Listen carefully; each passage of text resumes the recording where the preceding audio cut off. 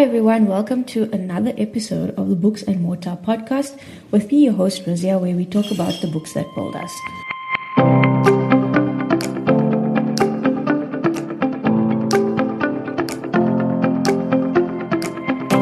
So today's one is a classic, I would say, probably now, called Born a Crime by Trevor Noah, right? Definitely a South African classic, right?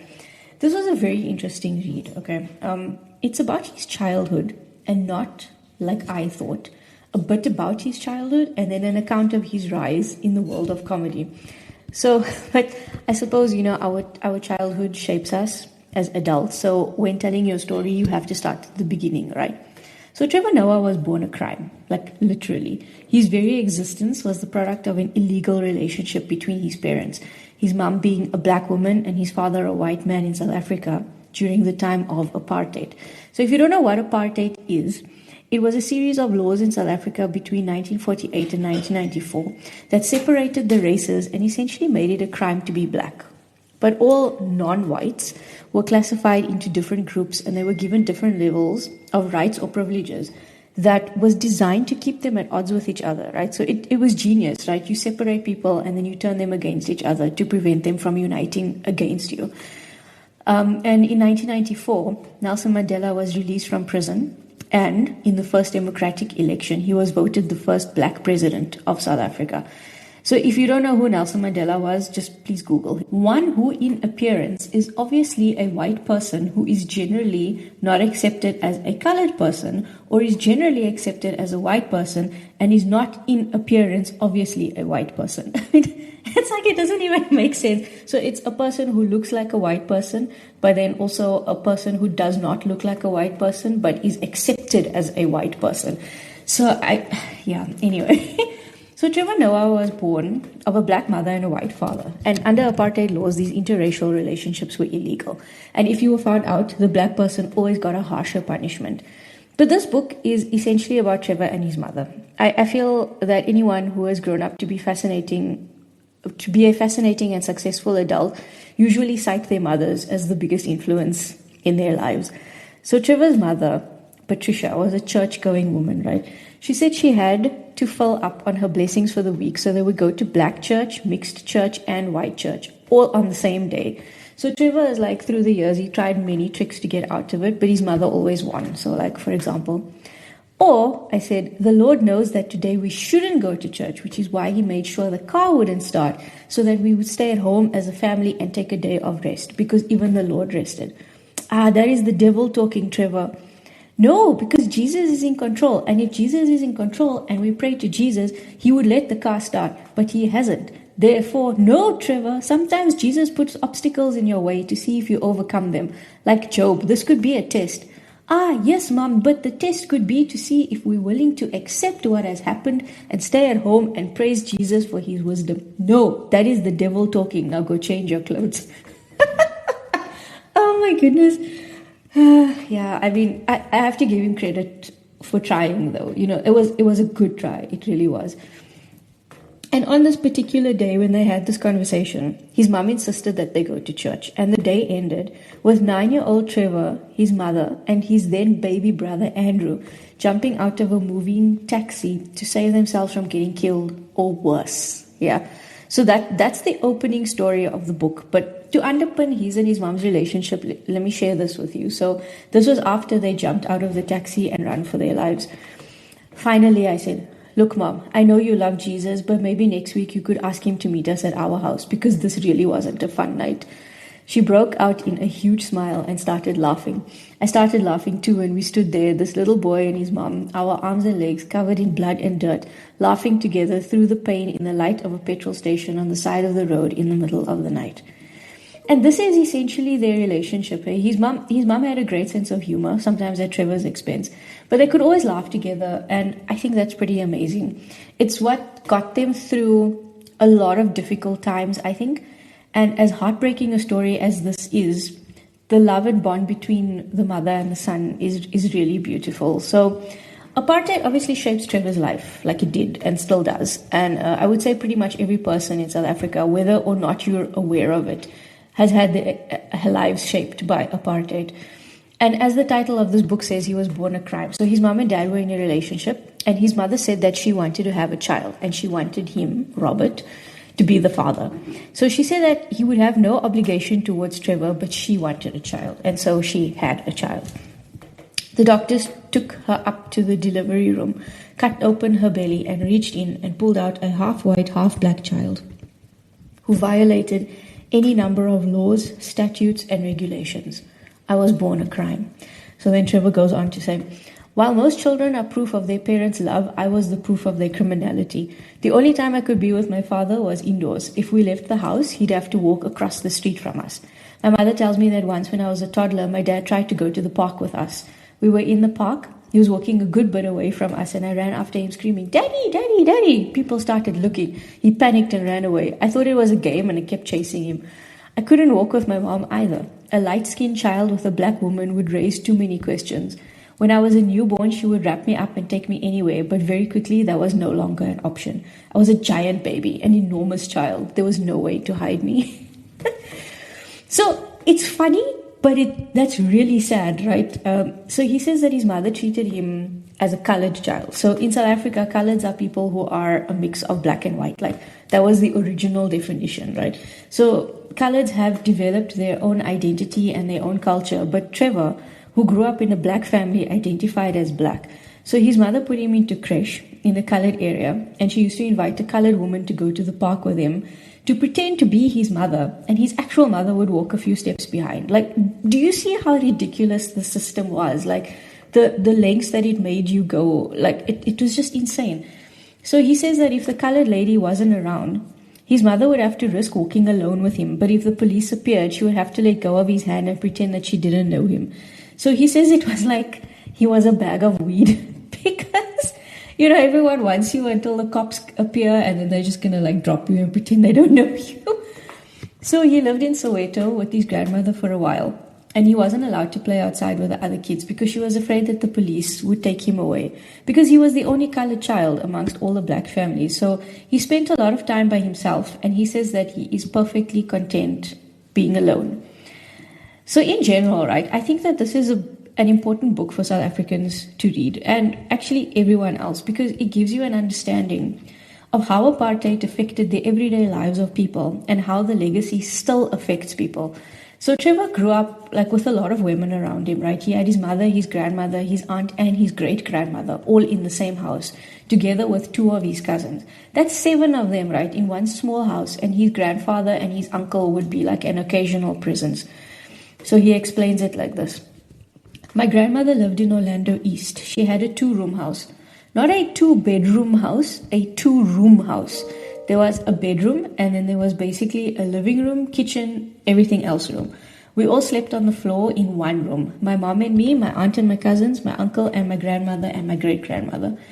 He says that people built houses the way they bought eggs, a little at a time, because they couldn't afford to buy the whole carton at once. Every family in the township was allocated a small piece of land by the government.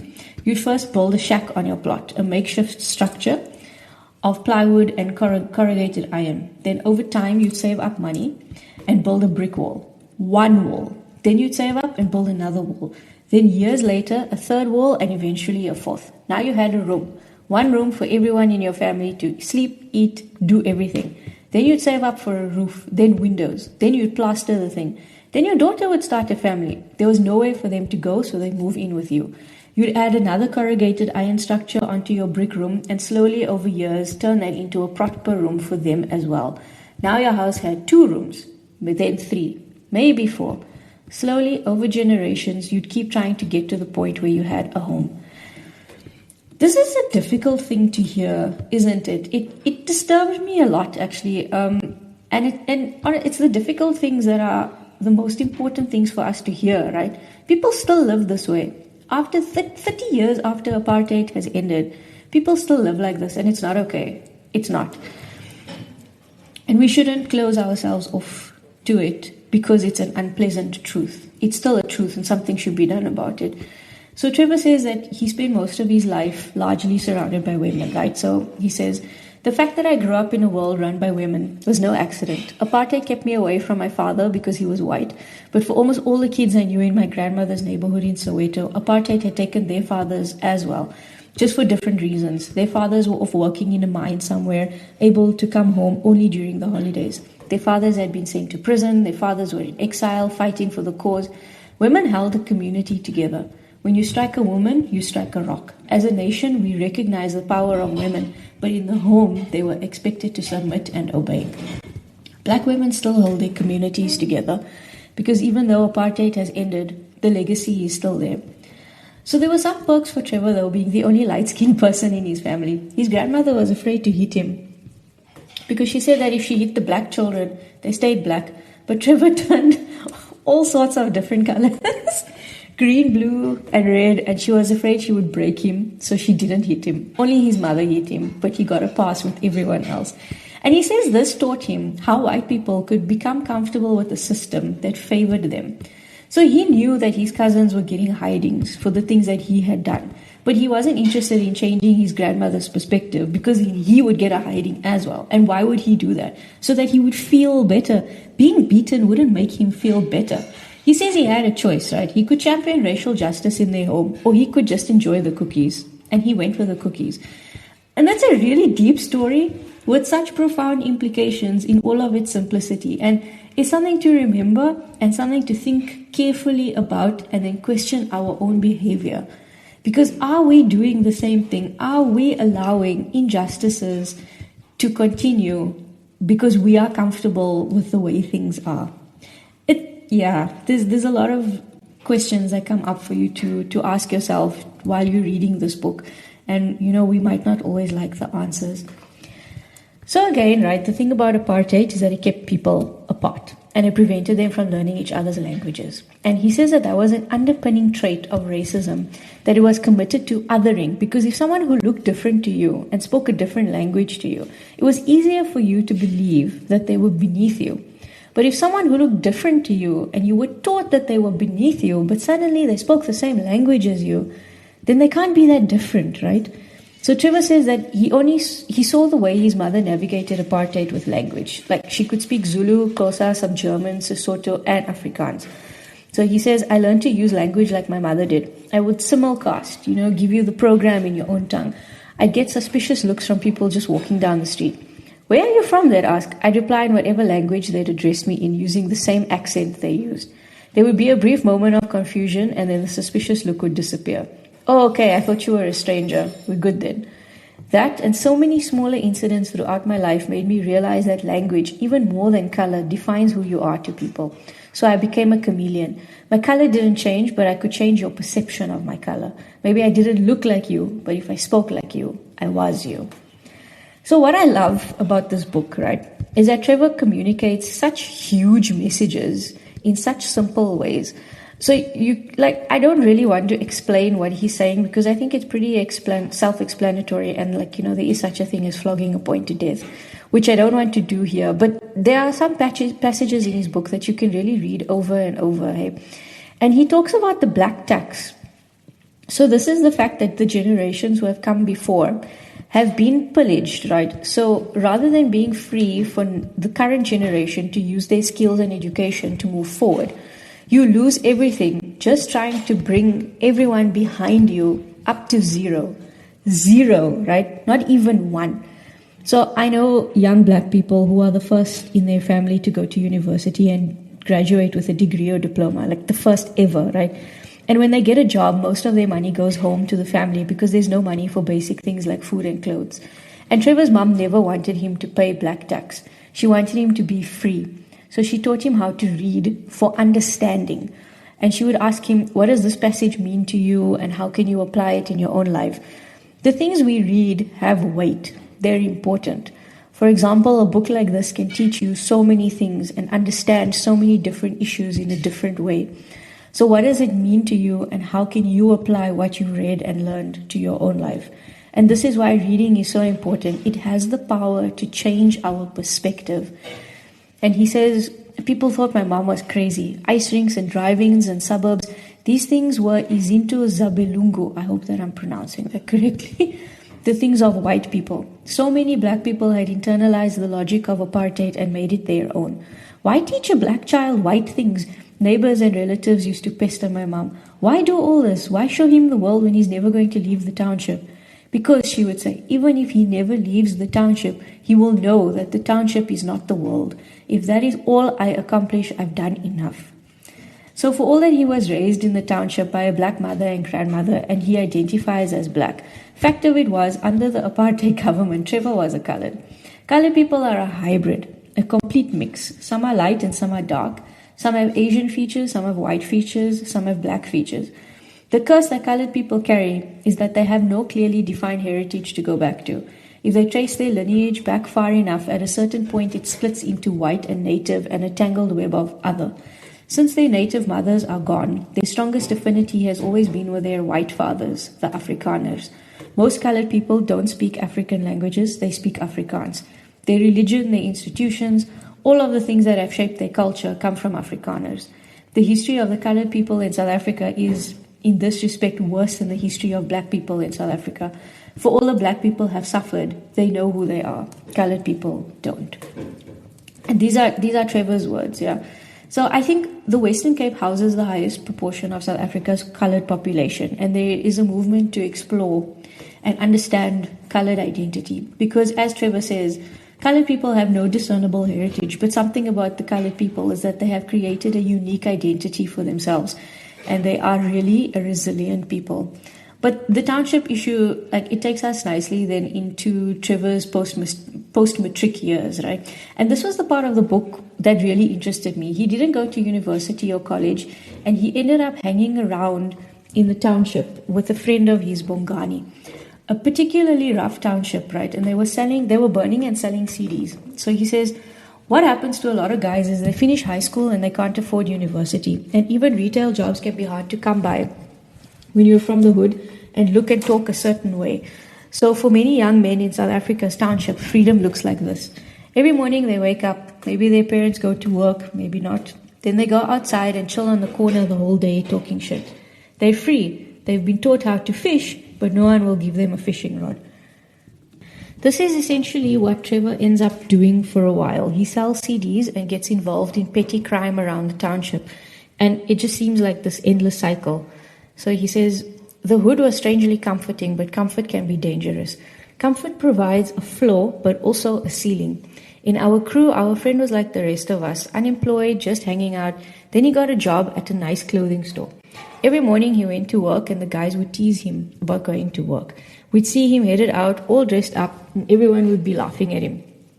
Oh gee, look at you in your fancy clothes. Oh gee, going to see the white man today, eh? Oh gee, don't forget to bring some books back from the library.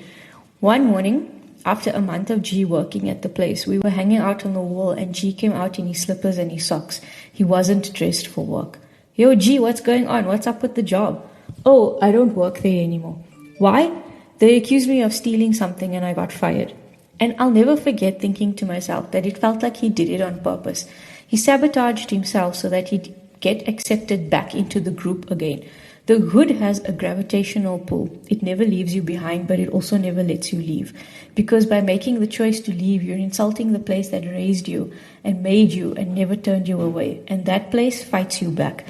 As soon as things start going well for you in the hood, it's time to go, because the hood will drag you back in. It will find a way. There will be a guy who steals a thing and puts it in your car and the cops find it, something. You can't stay. You think you can. You'll start doing better and you'll bring your hood friends out to a nice club, and the next thing you know, somebody starts a fight and one of your friends pulls a gun and somebody's getting shot and you're left standing around going, what just happened? The hood happened. I chose to live in that world, but I wasn't from that world. If anything, I was an imposter.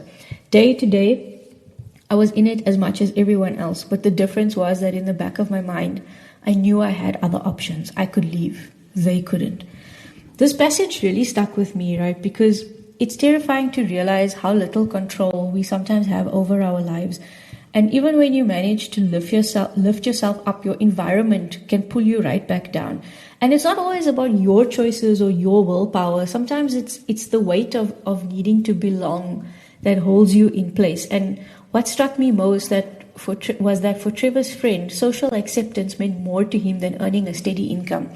that need to be part of something and not to be othered by your own people can be more powerful than the promise of progress. And that's terrifying. So soon after, there's an incident with the police, right, that results in Trevor and his friends going to jail. And this experience shook him to his core. In spite of this experience, though, he borrows a car from his mother's boyfriend and gets pulled over by the cops who run the plates, and they find that the car isn't in his name, and he gets dragged off to jail again. And this time it was worse. But Trevor played it. Coloureds are like the most feared gangsters in South Africa, especially in the Western Cape where the coloured population is the highest. So he played on the racial profiling and it worked. Everyone left him alone. And so you might be wondering why he never called his mom, right? He was too scared. That's right. He would rather be in jail than face his mom after taking the car. So in jail, he meets another inmate, right, who is able to communicate with anybody because he speaks the Tsonga, which Trevor is able to speak a bit and helps him out. As you can see, I can't speak it at all, right? And this is the man's, Trevor calls him the Hulk, and this is his story. He told me his story, a South African story that was all too familiar to me. The man grows up under apartheid, working on a farm, part of what's essentially a slave labor force.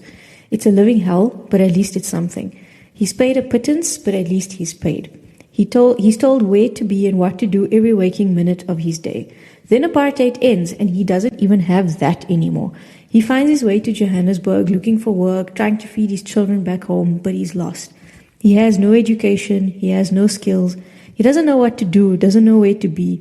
The world has been taught to be scared of him, but the reality is he is scared of the world because he has none of the tools necessary to cope with it. So what does he do? He takes shit. He becomes a petty thief. He's in and out of jail. He gets lucky and finds some construction work, but then he gets laid off from that. And a few days later, he's in a shop and he sees some PlayStation games and he grabs them. But he doesn't even know enough to know that he's stolen something of no value. I felt terrible for him. The more time I spent in jail, the more I realized that the law isn't rational at all. It's a lottery. What color is your skin? How much money do you have? Who's your lawyer? Who's the judge? Shoplifting PlayStation games was less of an offense than driving with bad number plates. He had committed a crime, but he was no more a criminal than I was. The difference was that he didn't have any friends or family to help him out. He couldn't afford anything but a state attorney. He was going to go stand in the dock, unable to speak or understand English, and everyone in the courtroom was going to assume the worst of him.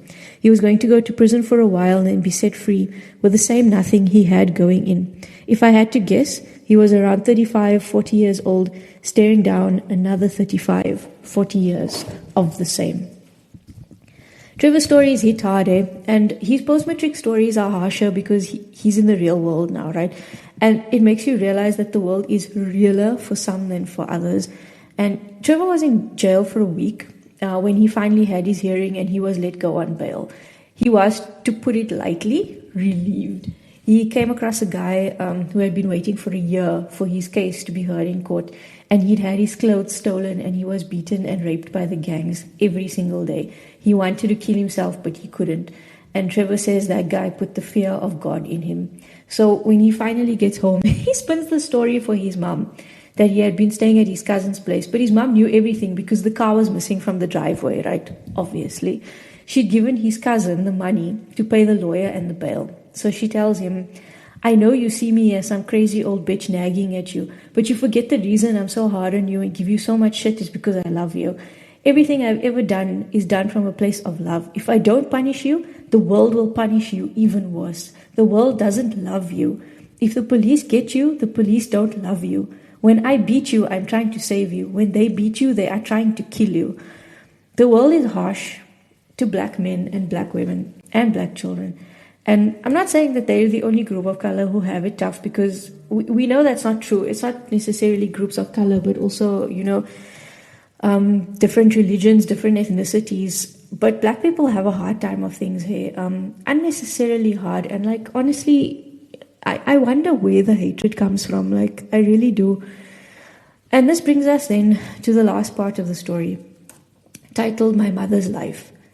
This part of the book broke me into a million tiny pieces. I couldn't stop reading it, but I was breaking up inside, right? It's emotional and it's violent. And if you're a sensitive person, I think you should maybe spare yourself, yeah. This is not a book for the faint-hearted, but it's the reality of this country. And again, as fantastic as his mother's story is, it's not unique. And so the issue started with his mom's new boyfriend, right? A man named Abel. Trevor didn't like him, and he felt that he was trouble, and he was. He hit Trevor like many times, and he didn't just hit him, like he beat him up, eh? And then his mother married this guy, and he was a Tsonga man, and their culture is very patriarchal, right? And he started trying to enforce his rule around the house even before him and Trevor's mom were married. So Trevor also has a baby half-brother, Andrew, who's Abel's son. And Trevor's mom, like throughout this book, has been this independent, fierce lady, and it didn't seem to me that she would take this well, right? This man who's like trying to enforce patriarchal rule here. And she didn't. Like, she would find ways to defy him. So if he didn't fix her car to make her stay at home, she would fix it. She would take a taxi to go to church. And that's also how they ended up jumping out of the taxi that one time. So she said to Trevor, the traditional man wants a woman to be subservient, but he will never fall in love with a subservient woman. He's attracted to independent women. He's like an exotic bird collector. He only wants a woman who is free because his dream is to put her in a cage. And that was one of the cruelest things I've ever heard. The problem with Abel, though, is that he drank. He drank a lot. And when he drank, bad things tended to happen, like the house catching on fire and almost burning to a crisp with him inside it. Then one time, he hit her. He hit Patricia, Trevor's mother. And she started shouting at him, and he hit her again. So she took Trevor and baby Andrew to the police station, right? And they tried to lay a charge against Abel, and this is how it went. Calm down, lady. Who hit you? My husband. Your husband? What did you do? Did you make him angry? Did I? What? No, he hit me. I'm here to lay a charge against... No, ma'am. Why you want to make a case? You sure you want to do this? Go home and talk to your husband. You do know once you lay charges, you can't take them back. He'll have a criminal record. His life will never be the same. Do you really want your husband going to jail? My mom kept insisting that they take a statement and open a case, and they actually refused. They refused to write up a charge sheet. This is a family thing, they said. You don't want to involve the police. Maybe you want to think it over and come back in the morning. While his mom was shouting at the police, Abel entered the police station. Hey guys, he said, you know how it is. You know how women can be. I just got a little angry, that's all. It's okay, man. We know it happens. Don't worry. That's when I realized the police were not who I thought they were. They were men first and police second. And this is one of the reasons we won't end gender-based violence in this country. Just by the way. They went to stay with his grandmother in Soweto. And she basically told his mother that she must forgive Abel because all men do this. A few weeks later, Abel came around and he apologized. And for years after that, he never laid a hand on either Trevor or his mother. On neither Trevor nor his mother. Correct grammar, yeah. So Trevor's mother helped Abel buy a garage, right? Because he was a really good mechanic. So things started off pretty well, but they gradually started declining, like to the point where Trevor was sleeping in the garage. And they were literally eating caterpillars because they couldn't afford food. So his mother then stepped in and she started helping Abel with the business, and then things started turning around. But this hurt Abel's manhood. He was drinking away all the profit, and eventually she said that she can't do it anymore, and she got a job with a real estate developer. So they moved, and the workshop was seized by creditors, and that was the end of it. And as she started gaining back her independence, Abel's drinking started getting worse. So resentment, right? And he hit her again. Even now, she told Trevor to pray for Abel because he doesn't hate them, he hates himself. Eventually, Trevor found out that Abel had bought a gun, which was just like the worst idea in the world. And then he moved out. He couldn't take living in that environment anymore. And there was a real fear that one of them would eventually kill the other. So he moved into a flat like close by. And about 2 years after that, his mother told him that she was pregnant. And he was so angry, And the birth of his brother Isaac pushed him further away from his mother, and like he hardly visited them anymore. And one day when he did, there were police at the house because Abel had hit his mother with a bike. He was beating one of his workers in the yard, and Patricia had tried to intervene, and he got angry at her for undermining him in front of his worker. So he picked up Andrew's bike and he beat her with it. Andrew was 9, right? So it's not a small bike. And I don't know why I mentioned that, even because no one should be hit with any kind of bike, like, or trike. Like, it doesn't matter how big or small it is. Nobody should ever get hit with a bike. So after this incident, though, his mother has a little house built in the backyard, and then she moved in there with Isaac. So she was still on the premises, but she wasn't in the house. This is the most insane thing I've ever seen, I told her. This is all I can do, she said. The police won't help me, the government won't protect me, only my God can protect me. But what I can do is use against him the one thing that he cherishes, and that is his pride. By me living outside in a shack, everyone is going to ask him, why does your wife live in a shack outside your house? He's going to have to answer that question. And no matter what he says, everyone will know that something is wrong with him. He loves to live for the world. Let the world see him for who he is. He's a saint in the streets, he's a devil in his house. Let him be seen for who he is. When my mom had decided to keep Isaac, I was so close to writing her off. I couldn't stand the pain anymore, but seeing her hit with a bicycle, living like a prisoner in her own backyard, that was the final straw for me. I was a broken person. I was done. This thing, I told her, this dysfunctional thing, I won't be a part of it. I can't live this life with you. I refuse. You've made your decision. Good luck with your life. I'm going to live mine. She understood. She didn't feel betrayed or abandoned at all. Honey, I know what you're going through, she said. At one point, I had to disown my family and go off and live my own life too. I understand why you need to do the same. So I did. I walked out. I didn't call. I didn't visit. Isaac came and I went, and for the life of me, I could not understand why she wouldn't do the same. Leave. Just leave. I didn't understand what she was going through. I didn't understand domestic violence. I didn't understand how adult relationships worked. I never even had a girlfriend. I didn't understand. I was angry with my mom. I hated him, but I blamed her. I saw Abel as a choice she'd made, a choice she was continuing to make. My whole life, telling me stories about growing up in the homelands, being abandoned by her parents, she had always said, you cannot blame anyone else for what you do. You cannot blame your past for who you are. You are responsible for you. You make your own choices. She never let me see us as victims. We were victims, me and my mom, Andrew and Isaac. Victims of apartheid, victims of abuse. But I was never allowed to think that way, and I didn't see her life that way. Cutting my father out of our lives to pacify Abel, that was her choice. Supporting Abel's workshop was her choice. Isaac was her choice. She had the money, not him. She wasn't dependent. So in my mind, she was the one making the decision. It is so easy from the outside to put the blame on the woman and say, you just need to leave. It's not like my home was the only home where there was domestic abuse. It's what I grew up around. I saw it on the streets of Soweto, on TV, in movies. Where does a woman go in a society where that is the norm? When the police won't help her, when her own family won't help her? Where does a woman go when she leaves one man who hits her and is just as likely to end up with another man who hits her, maybe even worse than the first? Where does a woman go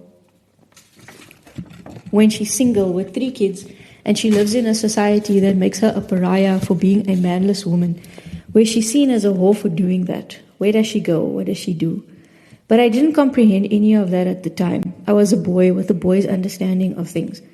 I distinctly remember the last time we argued about it too. It was sometime after the bicycle incident, or when she was moving into her shack in the yard.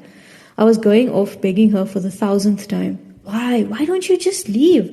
She shook her head. No, baby, no, I can't leave. Why not? Because if I leave, he'll kill us. She wasn't being dramatic. She didn't raise her voice. She was totally calm and matter-of-fact, and I never asked her that question again. Jeez. So, this is, wow. But she did eventually leave him, right? And this is while Trevor was building his career as a comedian. His mom bought another house and she met someone else, and she was happy with Andrew and Isaac. Abel was still stuck in his drunken cycle. And then one day Trevor gets a call from Andrew saying his mom's been shot. And he knew who did it. So there's a lot that happens here, right? And it's very emotional. Andrew tells Trevor what happened. They were coming home from church, right? And they got out of the car. And Abel was there with a gun. He said that she'd taken his life from him and now he was going to take theirs. And Andrew tried to step between his father and everyone else, including Isaac, by the way, but there was nothing that he could do. Abel was like drunk out of his mind. So Andrew went over to 4-year-old Isaac and Abel started shooting. And Patricia ran in front of everyone. She collapsed when she got shot in the bum, and then Abel stood over her, like execution style, and he pulled the trigger. The gun misfired. 4 times. 4 times he pulled the trigger, and 4 times the gun misfired. She got up and ran for the car and got in. And as Andrew jumped into the passenger seat next to her, there was another gunshot, and the windshield went red. Abel had fired from behind, and the bullet went into her head and exited through the front of her face. And she survived. Eventually, Abel turned himself in and he was charged with attempted murder because no one actually died. And then he made bail. He did not serve a single day in prison. He kept joint custody of his sons, and he's completely free living free at that time, somewhere close to Trevor's mom in Highlands North. I mean, for everything that he did and everything that he put them through, the fact that he didn't spend a single day in jail. And I mean, this man is a menace to society, but that's the law, right? But anyway, so now we're getting to the end of the book, right? And this was really something that brought the tears to my eyes because sure, it was a lot. It was a lot to read and a lot to take in and a lot to process. So Trevor says, my mom's total hospital bill came to 50,000 Rand. I paid it the day we left. For 4 days we'd been in the hospital, family members visiting, talking and hanging out, laughing and crying. As we packed up her things to leave, I was going on about how insane the whole week had been. You're lucky to be alive, I told her. I still can't believe you don't have medical aid. Oh, but I do have medical aid, she said. You do? Yes, Jesus. Jesus? Jesus. Jesus is your medical aid. If God is with me, who can be against me? Okay, Mom. Trevor, I prayed. I told you I prayed. I don't pray for nothing. I know, I said. For once, I cannot argue with you. The gun, the bullets, I can't explain any of it, so I'll give you that much. Then I couldn't resist teasing her with one last little jab. But where was Jesus to pay your hospital bill? I know for a fact he didn't pay that. She smiled and said, you're right, he didn't. But he blessed me with a son who did. And oh my word, I was reading this and after everything, going through her whole story, it just, oh man. And then even typing out this review, it made my eyes burn again. And feel it again now, even recording this. Her unwavering faith is just incredible, despite everything she's been through. And it was just such a touching end to a very difficult tale of life. And, Trevor Noah's story is many things, right? It's funny a little bit. It's gut-wrenching mostly. It's raw and it's deeply South African. But it's also a reminder of the strength that it takes to survive and the love it takes to thrive. His mother's faith, his own wit and his sense of humor and their shared resilience speak to something very universal, right? That even in the harshest environments, people still fight to keep hope alive. And if this book teaches us anything, it's that life in South Africa can be incredibly hard. And that just maybe, we should all try to lead with a little more empathy, patience, and understanding for what other people might be carrying. And this is why reading matters, right? It allows us to walk a mile in someone else's shoes, and it opens our hearts to experiences and perspectives we may never encounter in our own lives. And that for me is really one of the things that keeps me at the books. So have you read this one? What did you think? Just DM me on Instagram, Raz the Reader, or on TikTok at Books and Mortar, or just leave me a comment wherever you listen. So this is me, your host, Razia, on the Books and Mortar podcast, where we talk about the books that build us. Until next time, bye.